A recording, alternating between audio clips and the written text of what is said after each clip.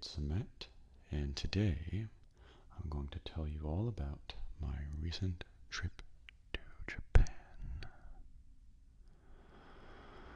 I went to Japan for about 2 weeks and got home just a few days ago, and I can probably say it was the best vacation I've ever had. It was also the first international vacation I've had, though I've been to Canada and Mexico for a day or two. I've not spent much time on a whole other continent. So, it was a very interesting experience. So what I'm gonna do is I'm just gonna skim over the places I went and the things I did. I'll just tell you my thoughts on them and thoughts on the country in general.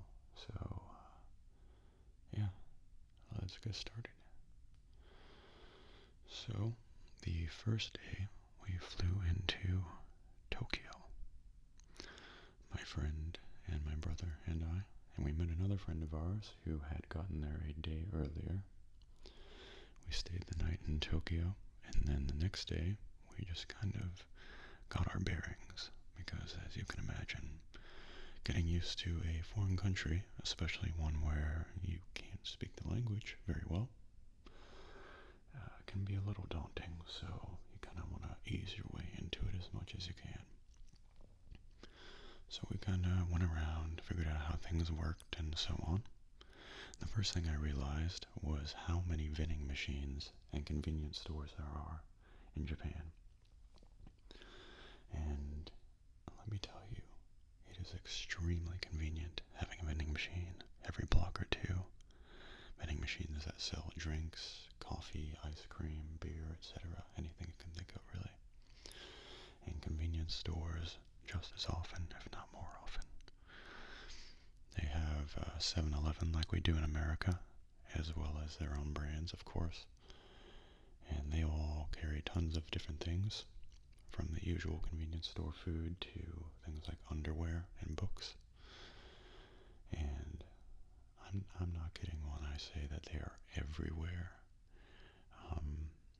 Like, there was one point where I was standing on a street corner, and from where I was standing, I could count 5 different convenience stores within view, 2 of which were the same company.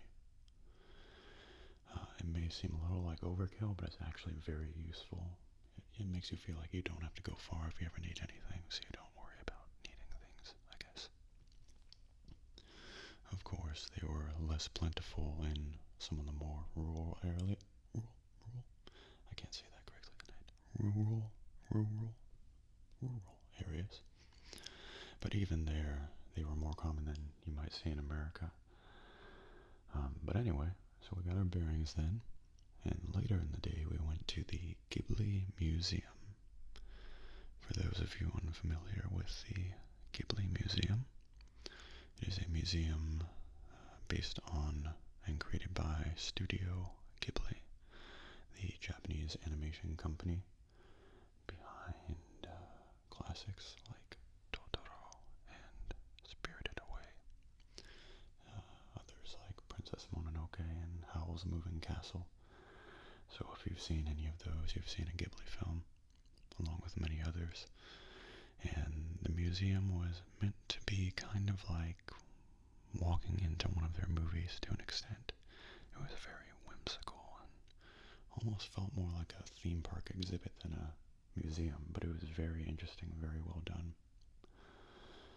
They had things like a life-sized cat bus you could get into, like the one from Totoro. And they also had an entire room full of concept art sketches for the movies. And as far as I could tell, these may have actually been real, not like copies, the actual original prints. You could see the pencil texture on them. So it was very cool and impressive. They weren't even behind glass or anything. They were just kind of pinned up on the walls. But yeah, the Ghibli Museum, if you like any of their movies, it is a very, very nice place to go. And I would recommend it for any animation fan in Japan, or visiting Japan. It's also very cheap. I believe it was about $10 though you had to reserve them quite a while in advance because they only let a few people, or a limited number of people in per day. The next day, we took a train to Takayama, which is a place fairly far north. I mean, not dramatically far, but a few hours north of Tokyo. And it is a more, I don't know if rural is the right word, but more of an old style, less modern area. And there are lots of preserved, kind of older style streets and so on there. So it's a very interesting place. It kind of looks like what you'd expect from the classic movies that come out of Japan, you know, like the samurai movies, and etc. But on the way there, we took the Shinkansen, which is the bullet train, as you might have heard it referred by. And the bullet train is one of the more impressive pieces of technology I noticed in Japan. It's a train that goes on average between 150 and 200 miles per hour. And it is absurdly smooth to start and stop and even just ride in general. There were times where I could not tell if we were starting or stopping without looking out the window. That's just how smooth it is. It almost feels like a low-speed airplane over the land. It's very cool. Well, we took the Shinkansen there, and on the way, we made a stop in Toyama, which was not intentional. We kind of messed up the train schedule and got stuck there for an hour or so. Well, not really stuck because there are trains very often, but we decided to stay there for an hour. And it was an interesting little city. There was some, I don't know if it was cobblestone, I don't remember. But I remember some of the streets on there were very interesting. They had kind of a weird design to them, which I liked. I went there and saw a small castle and a fountain and so on, and then got back on our way to Takayama. And like I said, Takayama was a very nice place. We spent the night there, and the next day we explored it a little more. And we kind of walked up in the hilly area we found, in which there were lots of grave sites. And this brings me to, I'm not sure, I wouldn't call it a holiday, more of a festival. It was called Obon, I believe. And Obon, if I'm not mistaken, is about honoring or remembering ancestors or family that has passed on. So there were several people at these grave sites burning incense and so on, which was interesting. And eventually we left Takayama and took the train to Osaka. Osaka is a bit west, a couple hours west of Tokyo, and it's kind of an interesting mix of modern city and some older style things like castles and shrines. But it's mostly a more modern city. They are known for their food, as far as I know. And the first thing we had, as far as food goes, upon arriving in Osaka was takoyaki, which for those unfamiliar is, I guess, fried squid balls is the best way to put it. Or maybe I should word it differently. Fried balls of squid. They're just balls of squid fried up with some other ingredients. I wasn't too sure. But they were sold at a train station, and they're sold at several other places, usually marked by sculptures of octopuses, or octopi. Octopi is the right word. Octopi and squid and things like that. But they were actually surprisingly good. I've never had squid before, and I'm usually a picky eater, but I liked them a lot. But yeah, we got to Osaka, and we spent a few days there, at least as a hub for going different places. And the first major place we went to while in Osaka was Osaka Castle. And Osaka Castle was a very large castle that we went to. It seems to have been preserved from a long time ago, though the inside had been transformed into a museum, so the inside didn't really look like what I expected it to. But it did have some cool things, and at the top there was an observation deck, which had a great view of Osaka, though it wasn't super clear on the day we went. One thing that happened when I was at Osaka Castle, or just outside of it, is a good example of just how polite and nice and helpful Japanese people tend to be. They make me want to be more nice and friendly myself. I had bought ice cream from a vending machine, and the vending machine, it gives you the ice cream, but it doesn't give you an obvious way to get a spoon, or at least it wasn't obvious to me. So I opened up the ice cream and I just kind of scooped it out of the cup with my mouth, which someone promptly noticed and walked up to me. And even though they couldn't speak English and I couldn't speak Japanese, they said spoon, which I believe it's either the Japanese word for spoon, or more likely it's a kind of a more Japanese pronunciation of the English word, as far as they knew it. I'm not sure. They said spoon and looked at me, and I'm like, yeah, I'd like a spoon. And so they went over to the vending machine and they reached inside, and I guess there was a little compartment on the side with the spoons. And this girl, she walked up to me and did it from fairly far away. I mean, she went completely out of her way to help me without me asking. And that actually happened several times with different people throughout Japan. They're very, very nice. Some of the nicest people I've met. And they're very understanding if you don't speak their language as well. But anyway, after Osaka Castle, in the evening, we went to an area known as Minami, or Namba. It's kind of a more specific area, or a specific name for the area. I'm not too certain. And by the way, please forgive my voice if it's not quite the same as usual right now. I've got a bit of a sore throat, so it might be a bit scratchy. Anyway, as I was saying, Namba, or Minami, whatever you want to call it, it is a very vibrant downtown area with lots of lights and signs and advertisements and so on. And one part of it actually kind of looks like Times Square in New York City, except over a river with a bridge. It's a very, very visually interesting place. We went there, and we also went to a place nearby. I think it was called Amerikamura. I might be wrong about that.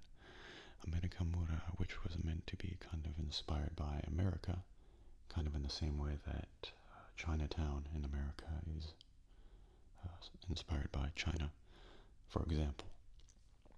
And Amerikamura, it actually felt kind of like a city street in America. It was kind of eerie. There were lots of American brands and very little Japanese signage. It was almost eerie. I almost felt like I was back in America, and it really confused my brain. But it was kind of cool. But yeah, that whole downtown area was very visually interesting and had some cool things to see.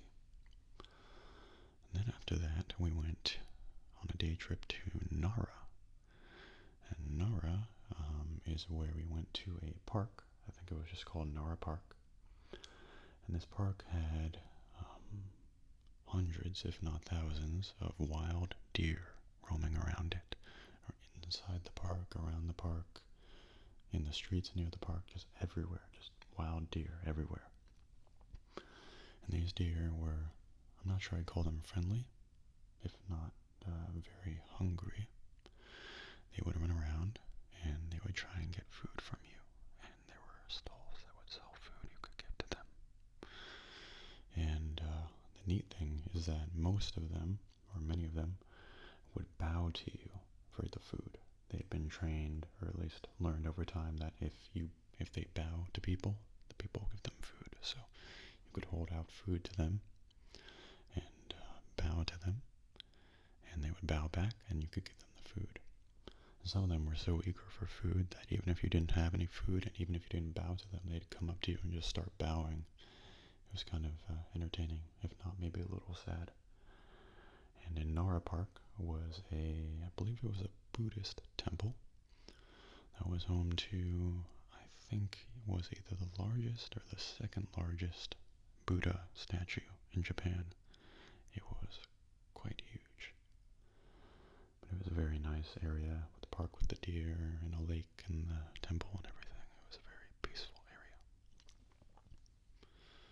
So after that, on the same day, we went on a little trip to Kyoto, which is not too far north of Osaka. And we were going to stay in Kyoto later, and we did. But that night we were staying in Osaka. We still made the day trip to Kyoto, though, because that night was the Daimonji Festival. I think it's a festival. And Daimonji, I'm not too certain of the significance, but what they do is around Kyoto, in the mountains around Kyoto, they light fires in, I think, 5 different areas in the shapes of Japanese symbols or characters. And so depending on where you go, you can see them all or some of them, fairly good view, even though they're pretty far away from you because these are huge formations of fire. And so we decided to do that, but on our way to the park where we were going to watch it, it started pouring rain. Luckily we brought some ponchos, so we put on the ponchos and did a jolly old trek through the rain to the park where we were worried that no one else would be there and that the rain was too dense and we wouldn't be able to see anything. But to our surprise, we got to the park and there were tons of people there, all with umbrellas. And after a little bit of waiting, we did indeed see the fires on the mountainsides, and it was a very interesting sight. One of the more memorable things, if you ask me, because it was kind of a thing that felt like it wasn't going to work out, but it did, even though it was kind of messy. I think those are some of the more interesting things when you go traveling, the things that don't seem to work and kind of get messy along the way, but end up being more memorable when they do work out in the long run. So the next day, we went on another day trip from Osaka to Hiroshima.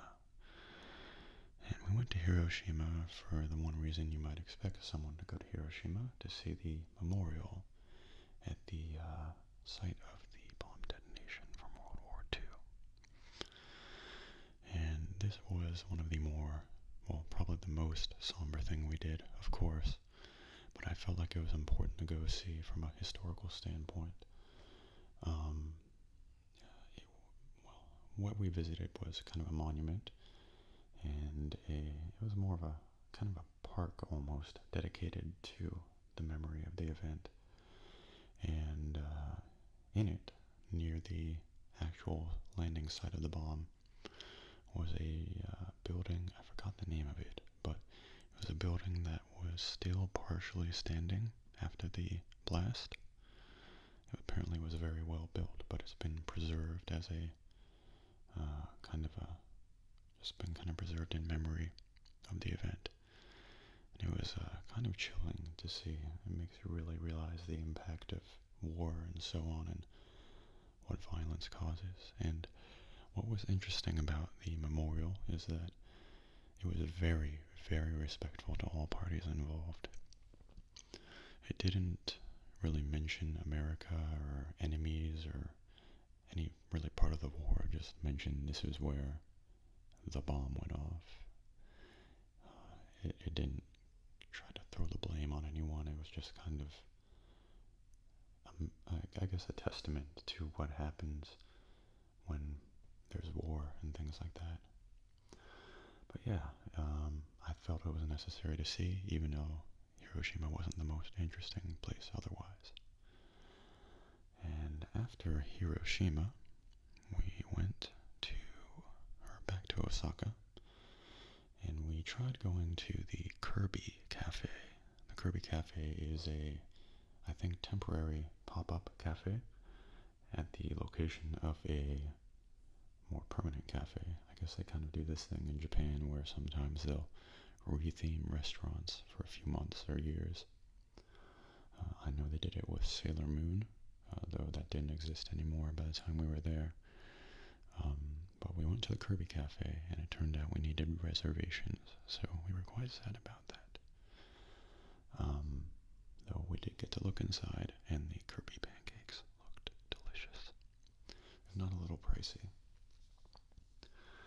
But after that, we went from the Kirby Cafe to somewhere nearby, which was Universal City Walk. They have a Universal Studios in Japan, and while we didn't go to the park, we did want to get dinner somewhere nearby, and the City Walk was seeming like the best option at the time. So we went to City Walk and somehow expected to find unique Japanese places. Well, while we did find unique Japanese places, most of them were not unique Japanese places. And as fate would have it, we ended up at the perhaps least Japanese place we could find in Japan, Bubba Gump. Yep. So we had Bubba Gump shrimp in Japan. And I guess it's memorable just because of how not Japanese it was. But it was kind of interesting to see their take on it as well. It felt kind of surreal to be in a Bubba Gump, but have the waiters speak Japanese to you and see Japanese on the walls. So yeah, after that, the next day we went to Kyoto. And Kyoto is I believe it's an older city than Osaka for sure. It's less modern, fewer buildings, or fewer large buildings, that is. And in Kyoto, it's mostly things like temples and shrines to look at. But while we were there, we did a few things. We did I don't remember the name of the park, but it was a monkey park. Basically what you would do, or what we did, is we hiked up or walked up the side of a mountain through a kind of a foresty, jungly area. And at the top of the hill, about 20-30 minutes later, we found tons of monkeys running around. And I'm not sure if these were wild or kept in cages overnight or something like that, but they were monkeys who would run around, and you could feed them, though you had to go behind a fence to feed them, or a gate. But otherwise, they were running around in the open for you to see, though they were very strict on saying you cannot look the monkeys in the eye. I'm not sure what would have happened if I stared a monkey in the eye, but I can't imagine it would have been too great, so I didn't try it. And in addition to the monkey park, we went to a place called Fushimi Inari Taisha. And Fushimi Inari Taisha is, I believe it's a Shinto shrine, or a collection of Shinto shrines that are noted or known for the numerous torii gates around it and through the hills around it. And torii gates, if you've ever seen kind of those orange arches in Japan, kind of the arches with the flared out tops, those are torii gates. This shrine had several pathways you could walk through with just hundreds or thousands of torii gates all lined up one after the other like tunnels. And it was actually a very interesting, cool place. We kind of hiked up in the hills through these rows of torii gates for a while before coming back down. But apparently they go on for a couple miles at least, if I'm not mistaken. There were lots of fox statues as well, which was kind of neat. And one more thing we did while in Kyoto is we went to a restaurant called Ninja. Now this place is notable because a long time ago my friend had gone to Ninja in New York City. And I don't live in New York City, so I've never been to Ninja, though I have been in New York City. And for quite a while, my friend has been saying I should go there if I get a chance. Well, I've not had a chance to go to Ninja in New York City, but as it turns out, Ninja is a franchise that I believe was started in And so this one in Kyoto, I'm not too certain, but may have been one of the first ones opened. I could be wrong though. It's kind of an interesting restaurant. You go in and they have someone, I don't know if they were dressed as a ninja or what they were, but they have someone lead you through kind of a cave labyrinth thing where they make you chant things to get through doors and so on. It's kind of a neat entertainment experience before you get to your table. And your table is kind of in this dimly lit cave.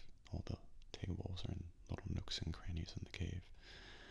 And then the waiters and waitresses are all dressed up like ninjas and other, I guess, classical Japanese characters. And the food is often presented in kind of a theatrical way. Like, sometimes there'll be a fuse they light and kind of a flash or a flame or explosion to reveal your food. And the menus are ninja scrolls and so on. It's kind of a neat thing. Maybe a little tacky, but it was entertaining. I liked it. Okay, so after that, after Kyoto, we went back to Tokyo. But on the way, we stopped at a train station kind of near Mount Fuji because we wanted to take a look at it. From a distance, at least. We didn't have time to hike it, but maybe one day if I go back.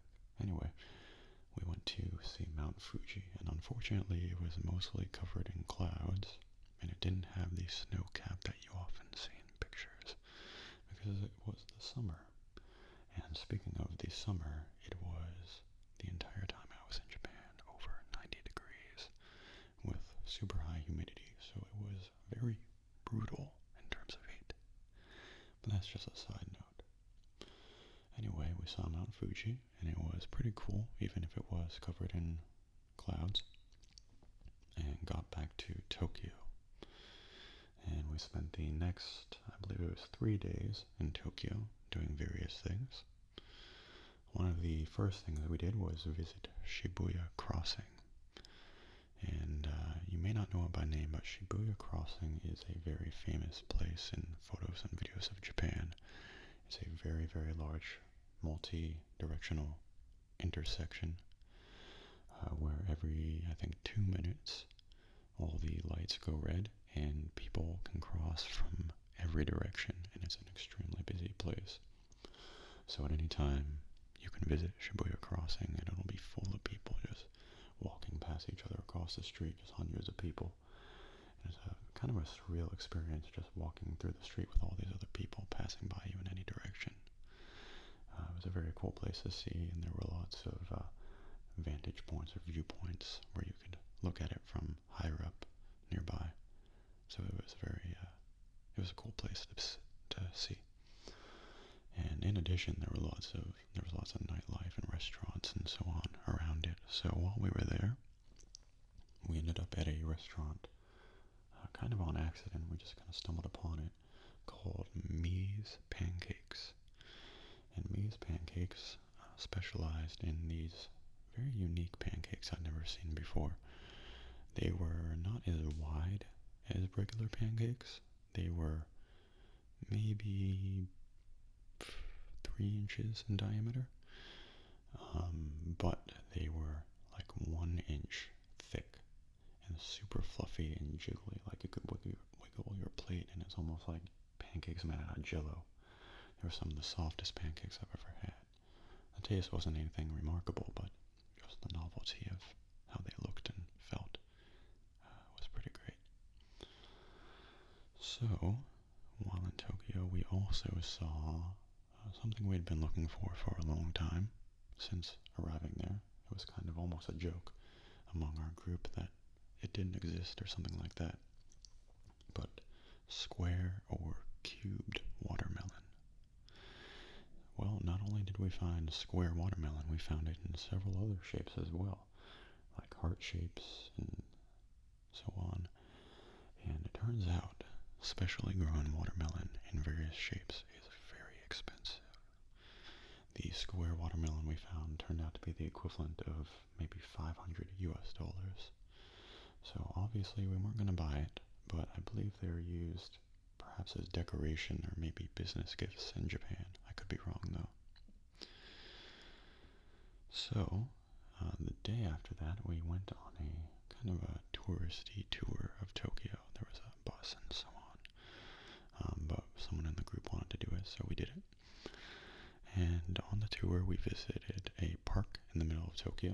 It was kind of a neat, peaceful place surrounded by skyscrapers. Reminded me a little of Central Park in New York. Kind of a interesting refuge from all the hustle and bustle of the city while still seeing it in the distance. So that was a nice place. And in addition, we also went on a boat ride as part of the tour around a large section of Tokyo. And it was interesting to see everything from the water, especially given how water-centric Japan and Tokyo can be. That was really the only time we were out in the water, so it was kind of a unique experience, you could say. And the tour also showed us another temple and so on and some other places, but eventually we ended up back in Akihabara, which is actually an area I forgot to mention we saw on our first day in Tokyo at the beginning of the trip. But Akihabara is I believe it's known, another name for it is Electric Town. Akihabara is a place with lots and lots and lots of electronics and anime and manga, and basically I think it's known as a hotspot for otaku culture. So it had some pretty interesting, vibrant, colorful stuff. They had a store called Super Potato, which specialized in tons of classic video games and video game merchandise. And it was almost like stepping in a time portal to the past. There was so much old stuff I thought I'd never see again. It was pretty great if you're into video games, so I would suggest going there if you're ever in Akihabara. And in addition to that, Akihabara has tons of Pachinko parlors. Pachinko is I'm not sure I'd call it gambling. I don't know the details of it, but it's a game played in large arcade or casino type areas with lots of very loud clanging ball bearings everywhere. And so if you walk into a busy Pachinko parlor, it almost makes your ears ring because of how loud it is. And it's kind of interesting. There were some like 8-story tall Pachinko places in Akihabara. And one more interesting thing is there were lots of advertisements and people out in the street in costume advertising maid cafes. So if you've never heard of a maid cafe, I believe they are places in Japan where you can go to have drinks and food while being served and paid attention to by women dressed up like French maids. And as far as I know, they're fairly tame and innocent, but it's kind of an interesting idea. I wouldn't do one myself, but it was interesting to see so many people dressed up like maids out on street corners handing out flyers. I feel like it was something you'd probably never see in America, or most places in America. So after Akihabara, we went to what was perhaps the most bizarre and unique and perhaps entertaining thing that I saw while in Japan, and that is Robot Restaurant. And for those who have never heard of it, Robot Restaurant is kind of like, I don't even know how to describe this place. It's just complete sensory overload. The front of the place is this giant, colorful sign with some blaring music, a blaring, repetitive, catchy theme song. And you go inside, and you go into a waiting room, and the waiting room is covered in mirrors and shiny stuff and color changing lights and a guy in a robot outfit playing guitar, a mirrored guitar. And you can't really put it into words or even pictures or videos. It's just, you have to be there. And so after you go to the waiting room, when it's time for the show, you go downstairs into the basement and you line up along two sides of the room, and the stage is kind of straight down the middle. And from that point on, they serve popcorn and small little items of food and drinks and so on. But from that point on, just insanity happens. It's like an ever-escalating parade of people playing drums, people in ninja outfits dancing and fighting, uh, people dressed like monsters, and then people riding animatronic flutes and fighting each other in progressively bigger and crazier machines, and like people getting eaten by fake mechanical sharks and explosions and potentially unsafe things and people and floats swinging out into the audience, and it's just I can't really describe it. All you need to know is that if you're in Tokyo and you like the weird, crazy stuff, go see it. I would highly recommend it. It's a little overpriced, but I would highly recommend it if you can swallow the cost. That's all I can really say about the robot restaurant. I can't do it justice. So, in addition to the robot restaurant, we also went to the Pokemon store the next day, or the Pokemon Center. And the Pokemon Center is a humongous Pokemon store in Japan, or in Tokyo. Like, I've never seen so many Pikachus in my life, of every variation, small, large, wearing any costume you can think of. It's just, if you wanted something Pikachu related, you could buy it there, guaranteed. Like Pikachu socks, Pikachu shirts, stuffed Pikachus, Pikachu stickers, pencils, anything. And the same goes for tons of other Pokemon as well. It was very impressive how many Pikachu things they had, though. They also had some cool, unique items that were only sold there, and things like physical copies of the old Pokemon games, like Pokemon Red, except for 3DS, which I know you can digitally download these days, but it was cool that they were selling boxed copies and so on. You could also do things like play Pokken Tournament on arcade machines, and they had sculptures of different Pokemon and so on. If you're a big Pokemon fan, I would suggest you go there while in Japan. But yeah, in addition to that, we kind of just looked around some malls and so on. We kind of got reined in by a minor typhoon, you could say. But other than that, we just kind of browsed around Tokyo and relaxed. And it was all in all a good time. So my overall, more general impressions of Japan are that it's a very clean, safe, quiet, efficient place. When I say it's safe, in America you'll rarely see a bike out on the street without a lock. But in Japan it's the other way around. You will rarely see a bike with a lock. Basically anywhere you go, even in the relatively less, I don't even know if safe is the right word, even if they're in the less nice areas, you'll still see bikes just all along the streets, not locked up at all.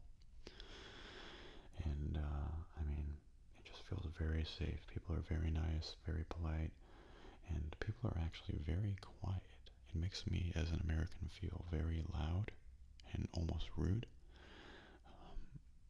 I thought to myself at one point that it almost feels like people in Japan are trying to make ASMR videos when they're talking in public. It's that quiet, especially on trains. People don't really talk on trains for the most part. But it's quiet enough that you'll go to a busy city center with tons of people crossing the street and so on. And if you would close your eyes, you would have no idea how many people are there.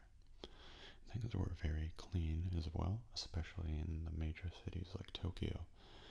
It was very rare you saw trash on the streets.